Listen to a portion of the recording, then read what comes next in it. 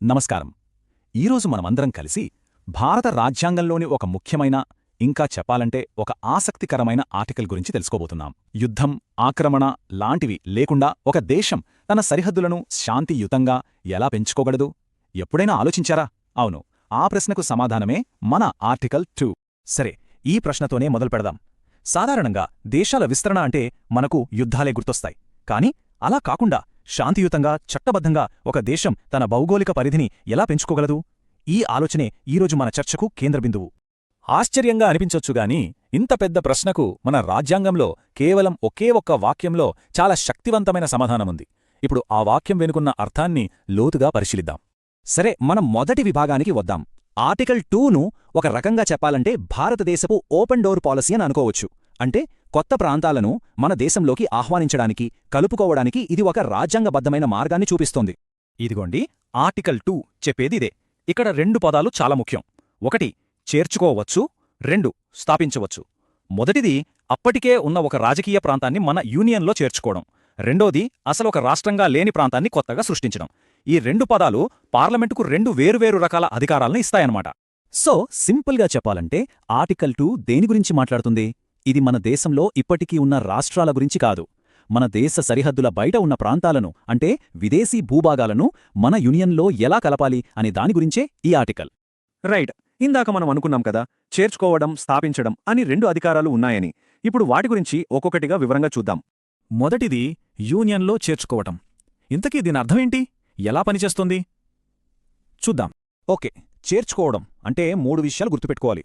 1, ఒక బయటి ప్రాంతం మన దేశంలో కలుస్తుంది. 2, ఆ ప్రాంతం అప్పటికే ఒక రాజకీయ యూనిట్గా, అంటే ఒక దేశంగానో ఒక రాజ్యంగానో ఉండి ఉంటుంది. 3, మనం దాన్ని ఉన్నది ఉన్నట్లుగా యాక్సెప్ట్ చేసి మన యూనియన్లో చేర్చుకుంటాం. దీనికి బెస్ట్ ఎగ్జాంపుల్ సిక్కిం. 1975 వరకు సిక్కిం ఒక స్వతంత్ర రాజ్యం, కానీ భారతదేశపు రక్షణలో ఉండేది. ఆ తర్వాత అక్కడ ప్రజలు భారతదేశంలో కలవాలని ఓటు వేయడంతో పార్లమెంట్ ఆర్టికల్ 2 కింద ఉన్న చేర్చుకోవడం అనే అధికారాన్ని ఉపయోగించి సిక్కింను మన దేశంలో ఒక పూర్తిస్థాయి రాష్ట్రంగా చేర్చుకుంది. చూసారా ఎంత శాంతియుతంగా జరిగిపోయిందో? సరే, మొదటిది చేర్చుకోవడం కదా. ఇప్పుడు రెండో అధికారం చూద్దాం. అదే కొత్త రాష్ట్రాలను స్థాపించడం. ఇది మొదటిదానికంటే కొంచెం భిన్నమైనది. స్థాపించడం అంటే మనం స్వాధీనం చేసుకున్న ఒక ప్రాంతానికి ఇంతకు ముందు ఒక రాష్ట్రం లాంటి వ్యవస్థీకృత నిర్మాణం ఉండదు. అప్పుడు మన పార్లమెంటే అక్కడ ఒక కొత్త పరిపాలనా వ్యవస్థను, ఒక రాష్ట్రాన్ని లేదా కేంద్రపాలిత ప్రాంతాన్ని స్థాపిస్తుంది అన్నమాట. దీనికి గోవా, పాండిచ్చేరి లాంటివి మంచి ఉదాహరణలు.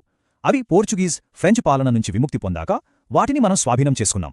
కాని అప్పటికి వాటికి ఒక రాష్ట్రం లాంటి అమైపు లేదు. అందుకే పార్లమెంటు వాటిని కొత్త పరిపాలనా విభాగాలుగా స్థాపించింది. ఇప్పుడు ఆర్టికల్ 2లో ఉన్న ఒక చిన్న పదబంధం గురించి మాట్లాడుకుందాం.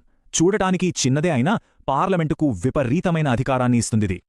అదే ఇది, తాను సముచితమైన భావించిన నిబంధనలు మరియు షరతులపై. దీని అర్థమేంటంటే ఒక కొత్త రాష్ట్రాన్ని చేర్చుకునేటప్పుడు పార్లమెంటుకు పూర్తి స్వేచ్ఛ ఉంటుంది. ఎలాంటి రూల్స్ పెట్టాలి, ఎలాంటి కండిషన్స్ ఉండాలి అనేది పూర్తిగా వాళ్ల విచక్షణకే వదిలేశారు. సరే, ఇంత స్వేచ్ఛ ఉంది కదా అని ఎలా పడితే అలా చేయొచ్చా? ఈ ప్రశ్నే సుప్రీంకోర్టు దాకా వెళ్ళింది. అదే ఈ RC Poudyal versus Union of India case. ఇది సిక్కిం చేరికకు సంబంధించిన కేసు. ఈ కేసులో సుప్రీంకోర్టు ఒక కీలకమైన తీర్పిచ్చింది. అవును, ఆర్టికల్ 2 కింద పార్లమెంటుకు చాలా విస్తృత అధికారాలున్నాయి.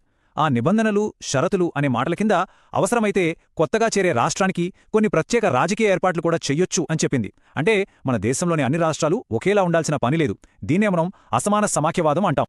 సరే, చాలామందికి వచ్చే ఒక కామన్ కన్ఫ్యూషన్ ఏంటంటే ఆర్టికల్ 2కి, ఆర్టికల్ 3కి తేడా ఏంటి? ఇప్పుడు ఆ డౌట్ క్లియర్ చేసుకుందాం. ఇక్కడ చూడండి, ఈ టేబుల్ చాలా సింపుల్గా వివరిస్తుంది. ఆర్టికల్ 2 దేశం బయట ఉన్న కొత్త ప్రాంతాల గురించి మాట్లాడుతుంది. ఉదాహరణకు సిక్కిం. అదే ఆర్టికల్ 3 అయితే దేశం లోపల, అంటే ఇప్పటికీ మన దేశంలో ఉన్న రాష్ట్రాల సరిహద్దులు మార్చడం, ఒక రాష్ట్రాన్ని 2గా విడగొట్టడం, కొత్త రాష్ట్రాలు ఏర్పాటు చేయడం లాంటివి. ఉదాహరణకు తెలంగాణ ఏర్పాటు. సో ఒకటి బయటి మార్పు, ఇంకొకటి అంతర్గత మార్పు. ఇంకా సింపుల్గా అర్థం కావాలంటే ఒక చిన్న అనాలజీ చూద్దాం. భారతదేశాన్ని ఒక పెద్ద క్లబ్ అనుకుందాం. ఇప్పుడు ఆలోచించండి, ఆర్టికల్ 2 ఏంటంటే ఆ క్లబ్లోకి కొత్త మెంబర్స్ని ఎవరిని చేర్చుకోవాలి, ఎలా చేర్చుకోవాలి అని నిర్ణయించడం లాంటిది.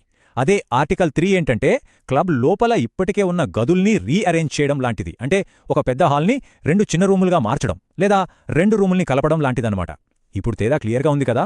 అయితే పార్లమెంటుకు ఇంత అధికారం ఉందని చెప్పి అది అపరిమితం అని అనుకోవద్దు. దానికి కూడా కొన్ని హద్దులున్నాయి.